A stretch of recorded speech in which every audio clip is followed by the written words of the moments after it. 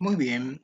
Hola a todos y a todas. Este es el video para la primera clase de la materia Historia Social del Deporte de la carrera de Periodismo Deportivo. Como ustedes saben, en este cuatrimestre no podremos encontrarnos de forma presencial, así que hemos preparado estos videos donde trataremos de resumir las cosas más importantes que pueden servirlos para acompañarlos a lo largo de esta cursada. Mi nombre es Daniel Sasbón, como ven aquí en este listado, soy parte del equipo docente de la cátedra 1 de esta materia, encabezada por el profesor Julio Friedenberg, que es el titular de la materia. Vamos a empezar con una muy rápida introducción. Esto sería la que sería la primera clase normalmente de la materia, donde hablaremos un poco sobre la importancia que tiene la historia para el conocimiento en general y en particular para ustedes que van a trabajar sobre un tema particular que es el deporte. Nosotros partimos en esta materia de la idea de que todo lo que existe, todo lo que nosotros conocemos es como es ahora porque resulta de cómo fue en el pasado, de cómo había sido antes. Y en ese sentido, nosotros trataremos de ver a lo largo de la materia cómo algunos aspectos del deporte en el presente, lo que hoy en día llamamos deporte, resultan de la forma en que se desarrolló desde bastante tiempo atrás hasta la actualidad. Sabemos bien que para hablar del pasado hay muchas formas de acceder a él. Está el pasado de la memoria de las personas, está el pasado de la memoria colectiva, pero una cosa es el pasado en general y otra cosa es la manera en que los historiadores analizamos ese pasado. ¿Cuáles son las características particulares del conocimiento de la historia que proponemos los historiadores? Tenemos que tener en cuenta que lo que llamamos historia hoy en día también tiene su propia historia y es una historia relativamente reciente, ¿no? Desde apenas hace poco más de 100 años es que la historia es como hoy en día la conocemos, una forma de conocer el pasado con cierta pretensión de rigor, de cientificidad. Y en ese sentido, el conocimiento del pasado que proponemos los historiadores se tiene que atener a ciertas convenciones. Por eso es muy importante para nosotros que haya una fuente que certifique que lo que conocemos del pasado es así y no es una mera opinión o una idea que puede tener algunos y puesta en discusión por otros. Eso no quiere decir que en la historia no haya discusiones, por el contrario, está llena de ellos. Pero esas discusiones tienen que estar siempre limitadas por justamente ese conocimiento que nos brindan las fuentes históricas. Ahora, dentro de la idea de historia hay muchas formas de concebirla. En nuestra materia tenemos un enfoque que es el de la historia social. En la historia social nosotros trataremos de tomar al conjunto, a lo que llamaremos a la sociedad, a los grupos sociales, como el actor principal o como el conjunto, como el protagonista principal de los cambios. Hablaremos siempre entonces de las sociedades, cómo funcionaban las sociedades del pasado, cómo funcionaban esos colectivos. Y esos colectivos justamente se transforman, se modifican a lo largo del tiempo bajo la categoría de lo que llamamos nosotros procesos históricos. La palabra proceso para nosotros es muy importante porque se diferencia de lo que mencionábamos antes, que son los grandes acontecimientos, ¿no? Como algo puntual que sucede en una fecha precisa. Si bien nosotros vamos a ver algunas fechas en esta materia, que algunas van a tener que registrarlas porque van a ser importantes, en general preferimos pensar nosotros en términos de cambios de larga duración, procesos en el sentido de algo que se va dando a lo largo del tiempo, paulatinamente y no abruptamente. Como decíamos antes, la idea de historia social supone una perspectiva de totalidad. La palabra social para nosotros condensa tanto lo político como lo económico, como lo cultural, etc. Vamos a ir viendo a lo largo del curso que en las diferentes etapas sobre las que nos vamos a tener que detener, ahora les voy a mencionar rápidamente cuáles serán ellas, vamos a analizar justamente estos diferentes niveles de análisis. El primero, en el sentido de la importancia que tiene, es el de las estructuras socioeconómicas. Además de este nivel, vamos a analizar también el de los sujetos sociales, el de los procesos políticos que tienen lugar justamente a partir del enfrentamiento, los conflictos que tienen esos sujetos sociales, que están determinados por la forma en que producen, pero también por la manera en que piensan la política, la forma de organización social, etc. Y un tercer nivel muy importante para nosotros va a ser el de las mentalidades, el de la cultura, lo que podemos llamar la forma en que la gente piensa, la forma en que la gente entiende el mundo en el que vive. Aquí, vamos a ver nosotros, se va a ubicar de alguna manera el deporte. El deporte va a ser fundamentalmente para nosotros un aspecto de la dimensión cultural de la vida. Para que queden más o menos claras algunas de las etapas de la primera parte del curso, este cuadro, que por supuesto ustedes no necesitan memorizarse ni mucho menos, es simplemente una muy rápida presentación de las grandes edades o grandes etapas de la historia. Nosotros no vamos a trabajar sobre las dos primeras hileras de ese cuadro, la prehistoria o las primeras civilizaciones. Nuestro curso va a empezar en la tercera hilera de este cuadro, en lo que se llama la antigüedad clásica, y el ejemplo allí sobre el que nos concentraremos va a ser la antigua Grecia. Podríamos también trabajar sobre el Imperio Romano, pero no va a ser incluido en este curso. Luego nos detendremos en una clase siguiente en la Edad Media. Recordarán ustedes los señores feudales, los siervos, etc. Ese va a ser un tema del que hablaremos la semana próxima. Y posteriormente trabajaremos sobre la llamada Edad Moderna, etapa en la cual vamos a ver cómo aparecen dos instituciones fundamentales para el desarrollo de lo que llamamos hoy en día deporte. Por un lado, el Estado como aparato político y por otro lado, el capitalismo como modo de producción.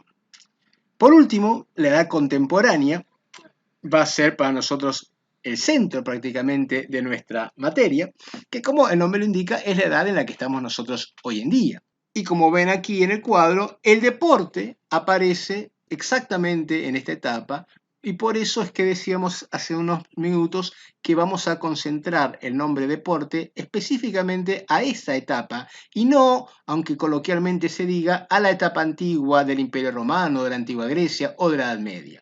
Para nosotros el deporte solamente tendrá lugar en las condiciones de un sistema económico capitalista, de una sociedad con Estado, con reglas universales, etcétera, etcétera. Temas que iremos viendo dentro de algunas clases, pero que ustedes ya en esta primera semana de prácticos empezarán a analizar.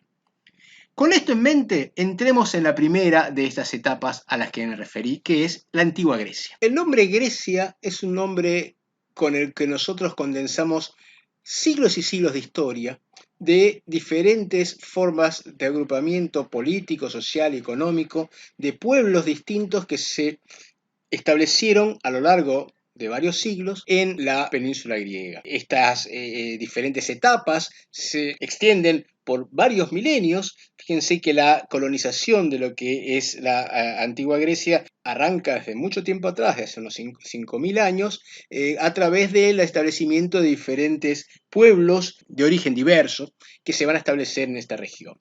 Nosotros en este curso nos concentraremos fundamentalmente en la etapa clásica de la antigua Grecia, que es justamente cuando van a surgir las dos grandes ciudades que quizás más conozcan como representativas de la civilización griega, que son Atenas y Esparta, aunque como veremos enseguida, la lista de ciudades dentro del universo griego era bastante más extensa.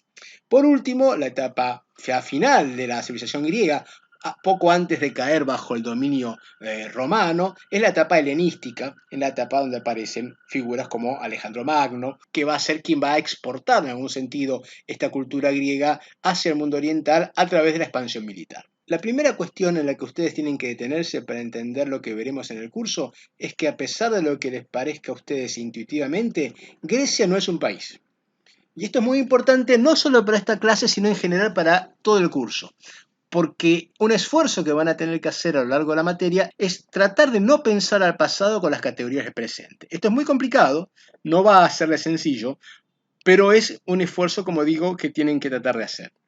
¿Por qué? Porque, por ejemplo, en este caso, nosotros pensamos en Grecia y tratamos de imaginarnos algo como Argentina o Brasil o Estados Unidos o Francia, es decir, territorios que tienen una sede central de gobierno, una bandera, una forma de vida común, etcétera, etcétera, etcétera. Grecia no es un país porque no es nada de lo anterior. No es un país unificado, no hay una capital de Grecia, no hay un territorio bajo una única bandera. Grecia es en principio un conjunto de ciudades. Estas que están viendo en el mapa, esas diferentes ciudades, todas ellas forman Grecia y ninguna tiene más importancia que otra, o en todo caso esa importancia mayor o menor va a ir cambiando a lo largo del tiempo. La unidad política del mundo griego es la polis, que es el nombre que daban en Grecia a lo que llamaremos hoy el país. Es decir, es una ciudad, pero en el fondo es autónoma de las otras ciudades. Esto ya para ustedes es un esfuerzo que van a tener que realizar, como decía, porque cuando nosotros pensamos en el mundo moderno en ciudad, esa ciudad está siempre sometida a una autoridad por encima de ella, que es el país, la nación. Cada una de esas ciudades era independiente de la otra, cada una de esas polis era absolutamente independiente de la otra, salvo cuando por alguna razón una ciudad conquistaba a la otra, pero esto es una conquista eventual que era siempre transitoria. Bajo el nombre de ciudad no tienen que pensar tampoco los límites que hoy en día nosotros ya pensamos en ciudad. Por ejemplo, pensamos en la ciudad de Buenos Aires y pensamos en algo que termina en la frontera de la General Paz. En el caso del mundo antiguo, y no solamente en el caso griego, las ciudades-estados también incluyen el territorio circundante, que es donde obtienen los alimentos, ¿no? La ciudad incluye el campo. Eso también es algo complicado para nosotros, que tendemos a pensar en dos entidades diferentes, ciudad y campo. Pero cuando hablamos de Atenas, o cuando hablamos de Esparta, o cuando hablamos de Tebas, o Micenas, o cualquiera de estas ciudades que tienen ahí, tienen que pensar que eso incluye no solamente la ciudad donde viven muchas personas, sino también la parte del campo donde viven también otras personas y donde se producen los bienes y sobre todo los alimentos necesarios para que sobrevivan las personas de la ciudad. No hay entonces un Estado por encima de esas ciudades. Esto es muy importante. No existe Estado-nación. Hay Estado, pero cada ciudad es un Estado. No hay un Estado nacional que unifique a cada una de estas ciudades bajo una única autoridad común. Tampoco hay un imperio, por lo tanto. No existe el imperio griego como si va a haber el imperio romano o el imperio español o el imperio persa, etc. Si estamos de acuerdo en que Grecia no era un país, sino un conjunto de ciudades, ¿por qué la llamamos Grecia y no Atenas o Esparta o Tebas o Corinto o Micenas, etcétera? ¿Qué es lo que tienen todas las personas que vivían en esas ciudades en común para que a todos se les pueda dar el nombre de griegos? Diríamos que hay 4 grandes elementos que unifican al mundo griego, más allá de las diferencias que tienen los habitantes de cada una de esas ciudades. Por un lado, el idioma, un elemento muy importante. El idioma es común a cada una de esas ciudades. No hay un idioma ateniense o un idioma espartano o un idioma micénico o un idioma cretense. Todas hablan en griego. Por otro lado, muy importante, la religión. El tipo de religión griega que veremos enseguida, religión politeísta, quizás ustedes conozcan algunas de las características de ese diverso y complejo panteón que forman los dioses griegos. Bueno, ese sistema religioso, ese credo, era común a todos los habitantes de esas ciudades. Era un ideal, era una religión común más allá de las ciudades. La forma de producción, o sea, la economía. La forma de producción en todas esas ciudades también es común, es un modo de producción esclavista. Vamos a ver enseguida algunas características de esto, pero por ahora digamos que era común a todas ellas. Y por último, lo más importante para nosotros, uno de los grandes elementos que unifican a los griegos son los juegos panhelénicos. Los juegos panhelénicos son una serie de juegos, ahora vamos a mencionar cuáles eran, ya se imaginan, dentro de estos están los Juegos Olímpicos, que servían para los griegos como un ritual de unidad cultural por encima de las diferencias que tenían por el hecho de ser habitantes de polis distintas. El nombre panhelénicos quiere decir de todos los griegos. En esos Juegos Panhelénicos competían representantes de todas las ciudades del mundo griego. Por eso eran tan importantes, porque servían, así como el idioma, así como la religión, así como la economía, servían para reafirmar la idea de la unidad del mundo griego y la diferencia que tenían frente a los que no eran parte de ese mundo. Ustedes verán en las clases prácticas unas fuentes en las cuales se mostrará ese orgullo que tienen los griegos de este tipo de juegos y de la imposibilidad de comprensión que pueden tener quienes no forman parte de ellos. Se dan cuenta la importancia que tienen estos juegos para nuestra materia, en la medida en que nos muestra la importancia, el lugar que ocupaba estas actividades competitivas para la cultura griega. Si bien todas las polis griegas tenían formas diferentes de organización social y política, había una división que era común a todas ellas, porque tenía que ver con la vida económica que, como dijimos, era común a todas las ciudades. Es la división que diferenciaba, por un lado, a los esclavos y por otro lado, a los hombres libres. Esto es fundamental. El esclavo es una categoría distinta de ser humano. El esclavo no era como un hombre libre, en el sentido de que no tenía ningún derecho, no era una persona, no era alguien que pueda pensarse como igual a el resto de las personas. Aristóteles, uno de los filósofos más grandes de la historia, decía que un esclavo era una herramienta que hablaba. Es decir, no era una persona, era un objeto animado, un objeto que hablaba. Si decía esto es porque para el mundo griego el esclavo era eso, no era más que un útil que se utilizaba para producir. Ahora bien, dentro de los hombres libres también hay divisiones. Por empezar, no es lo mismo el que nace en la ciudad de la que estamos hablando, o sea, en Atenas o en Esparta, etcétera, que los que son habitantes de esas ciudades pero vienen de otras. Un hombre libre que vive en una ciudad diferente a aquella en la que nació no tiene los mismos derechos. Por otro lado, esos derechos son diferentes de acuerdo al régimen político de cada polis. No son los mismos los derechos que se tengan en una ciudad aristocrática que en una ciudad oligárquica, una ciudad democrática, una ciudad tiránica, etc. Y esto no depende solo de la ciudad, sino del momento. Las diferentes ciudades griegas van a pasar en diferentes momentos de la historia por formas diferentes de gobierno. Fíjense que estamos hablando todo el tiempo de hombres. Las mujeres tienen un estatus diferenciado también.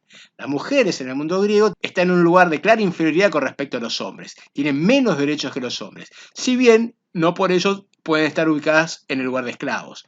Una mujer libre está siempre por encima de un esclavo, porque el esclavo está por debajo de cualquier otra categoría. No es, repito, una persona. Habíamos dicho que la religión griega era uno de los elementos que unificaba a los habitantes de las diferentes polis. Efectivamente, esta religión es una religión común, el conjunto de dioses es el mismo para todas, y es una religión bastante diferente a la que tenemos nosotros en el mundo moderno. Acá también tendrán que ustedes hacer el mismo esfuerzo del que hablábamos recién, en el sentido de tratar de pensar al pasado con categorías diferentes a las del presente. Por empezar, porque la religión griega, a diferencia de la religión cristiana, por ejemplo, no está formalizada, es decir, no está escrito, no hay un libro donde estén los mandamientos, donde esté estructurado el pensamiento religioso, como es la Biblia para nosotros. Por otro lado, la religión griega, como seguramente todos sabrán, no es una religión monoteísta, ¿no? En el sentido de que no hay un único Dios, sino que hay una enorme y variada galería de dioses, y que a diferencia del mundo judeo-cristiano, los dioses se parecen mucho a los seres humanos, son antropomórficos. Ustedes verán en las fuentes del mundo griego sobre las competencias deportivas cómo justamente esa forma humana y esa familiaridad de los dioses con los hombres interviene también en los asuntos deportivos. La mitología griega está llena de ejemplos donde dioses y hombres tienen relaciones sexuales y de las cuales surgen grandes héroes. Por ejemplo, Aquiles o Hércules, para nombrar un par de los conocidos que ustedes tienen allí representados. Y esto muestra, como decíamos recién, un ejemplo más de esta comunicación estrecha entre dioses y hombres, donde los dioses tienen también las propias miserias del ser humano. No son dioses como en el mundo judeocristiano que no tienen ningún tipo de defecto. Los dioses griegos se enojan, se enfurecen, hacen trampas, se pelean entre ellos e intervienen incluso en las disputas deportivas. Ustedes lo verán esto en los textos de las clases prácticas.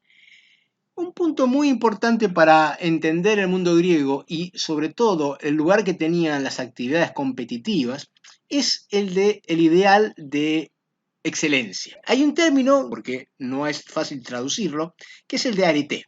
Para dar una idea, la palabra arete se puede pensar como la idea de excelencia. Para los griegos, cada especie tenía una virtud propia y la arete de esa especie suponía el desarrollo pleno de esas virtudes. Por ejemplo, para un caballo de tiro, o sea, un caballo que sirve para tirar un carro, la fuerza es su arete propia. En cambio, para un caballo de carrera es lo de su velocidad, para un animal de presa de su ferocidad, etc. En el caso del hombre, la gran diferencia del hombre con el resto de las otras criaturas es que su arete no está vinculado con ninguna cualidad particular, sino con el conjunto de todas ellas. El hombre perfecto, digamos así, el hombre ideal, el hombre debe ser alguien que desarrolle su inteligencia, pero también su destreza física, pero también su moral, pero también su velocidad, su creatividad artística, etc. En ese sentido, la arete del hombre va a estar vinculada con la totalidad, con la plenitud, con el hecho de poder desarrollar armónicamente, es una palabra muy importante para el mundo griego, armónicamente el cuerpo y el espíritu. Totalidad, armonía, completitud, integralidad. En otras palabras, para el mundo griego, no es deseable que alguien sea, por ejemplo, muy rápido pero muy débil físicamente, o muy inteligente pero muy malo moralmente, o excelente moralmente pero muy pobre físicamente, etc. Porque en cada uno de estos ejemplos que estoy dando se ha desarrollado una virtud pero en desmedro de las otras. Por el contrario, el mundo griego tiende o busca que se tienda hacia esa integralidad del desarrollo de las facultades de la persona. En ese sentido, si se fijan ustedes, estamos en lo contrario de la especialización típica del mundo moderno, en el sentido de que los atletas son excelentes en un deporte, pero no en otros. El hombre para el griego debe ser lo más completo posible. No solamente dedicarse a la política, o solamente a las actividades competitivas, o solamente a la filosofía, o solamente a la matemática, etc. Habíamos hablado de los juegos panhelénicos y habíamos dicho que eran una instancia fundamental de unidad del mundo griego. De que por debajo de las diferencias entre habitantes de polis distintas, con formas de gobiernos distintos, con enfrentamientos y conflictos que los separan, debajo de todo eso hay algo común, somos todos griegos. Estos juegos eran básicamente 4. En primer lugar, los juegos ístmicos, llamados así porque se realizaban en el istmo de Corinto. Los juegos ístmicos tenían lugar en la ciudad de Corinto cada 2 años, y como se dan cuenta son los más recientes estos, son uno de los más recientes. Antes de los sísmicos estaban los juegos nemeos, que, como el nombre indica, tenían lugar en la ciudad de Nemea, son un poco anteriores, del 573 a.C. Los juegos píticos, más o menos de la misma época que los juegos ísmicos, tienen lugar en la ciudad de Delfos y eran cada 4 años. Ya estos tienen una periodicidad mayor. Delfos era un lugar religioso muy importante, allí estaba el oráculo, que es una forma de comunicación de los griegos con los dioses. Y por último, lo que más nos interesa a nosotros, los Juegos Olímpicos, que tenían lugar en la ciudad de Olimpo cada 4 años. Y fíjense la diferencia cronológica, son mucho más antiguos que los anteriores, ya se remontan a los primeros siglos de la civilización griega.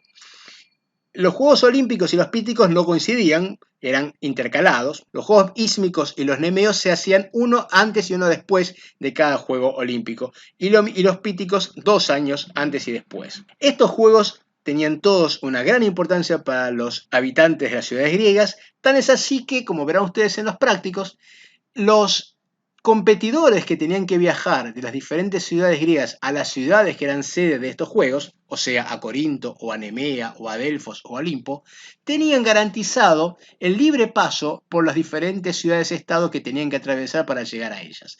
Esto nos parece una tontería hoy en día, pero eso sea como la griega, nada impedía que los habitantes de una determinada ciudad agredieran a los habitantes de otras si pasaban por sus dominios, porque, repito lo anterior, se trataba de ciudades autónomas y en general entre ellas la relación solía ser más bien cercana al estado de guerra. ¿Cuáles eran las competencias que tenían lugar en los Juegos Olímpicos? Acá tiene una representación imaginaria del templo olímpico dedicado a Zeus. Fíjese que es interesante que en el centro de la competencia, similar a los juegos deportivos actuales, haya algo vinculado con lo religioso. Esto también es una diferencia importante con lo que ocurre en el presente. Por un lado tenemos las competencias hípicas, es decir, todas aquellas vinculadas con el uso de los caballos, las carreras de caballos. Por otro lado, las competencias atléticas, carreras pedestres, lanzamiento de disco, de jabalina, etc. Y por último, las que eran más populares entre los griegos, las competencias vinculadas con la lucha. Si miramos este plano, acá vuelve a aparecer el templo de Zeus y al lado del altar. Fíjense la centralidad que tenía. Esto es muy interesante porque, como decíamos, es bastante diferente a lo que sería hoy en día una competencia deportiva, donde lo religioso tiende a estar por afuera del certamen deportivo. Esto va a ser un punto importante para que ustedes se detengan a la hora de analizar y comparar el pasado y el presente del deporte. Aquí el estadio olímpico, donde estaba esa pista de carreras, y allí se sentaban los espectadores, eran estadios muy amplios, todavía incluso para las dimensiones actuales. Y acá unas representaciones de algunos atletas representando lanzadores de discos, y abajo los aurigas, que eran estos conductores de carros tirados por varios caballos. Acá tenemos competidores de carreras pedestres y a lanzadores de jabalinas. Notarán ustedes, esto posiblemente ya lo conocían, que los atletas competían totalmente desnudos. Y acá, finalmente, las competencias de lucha a las que nos referíamos, acá tienen varias representaciones distintas de luchadores griegos, y nos detendremos finalmente en esta última forma de lucha que tendió a ser una de las más populares, llamada pancracio. La palabra, el prefijo pan, que es el mismo que utilizamos antes cuando hablamos de los juegos panhelénicos, significa todo, y kratos significa lucha. Y acá hablamos, y el pancracio entonces es algo así como una especie de lucha total, en el sentido de que no hay límites al el uso de la fuerza del cuerpo, incluyendo la muerte de los adversarios. Una de las características principales que tenía esta competencia era la fuerte brutalidad de los combates, que como pueden ver aquí ustedes, pueden involucrar el meterle los dedos en el ojo al rival, etc. Nada de esto entra hoy en día en lo que nosotros podríamos aceptar como competencia deportiva. Esto tiene que ver, como decimos antes, con el horizonte de lo que es posible y lo que es admisible en cada época. Para el mundo griego, este tipo de cosas formaban parte de la competencia y por el contrario le daban un atractivo especial. Ya iremos viendo en las clases siguientes cómo cambia esta forma de entender y de aceptar la brutalidad, la violencia a lo largo de la historia. Un elemento que va a ser muy importante para pensar nuestra propia idea de deporte. Pero para eso faltan todavía un par de clases. Aquí terminamos con esta primera clase, espero que se haya podido comprender. Disculpen si he sido un poco desprolijo. Saludos.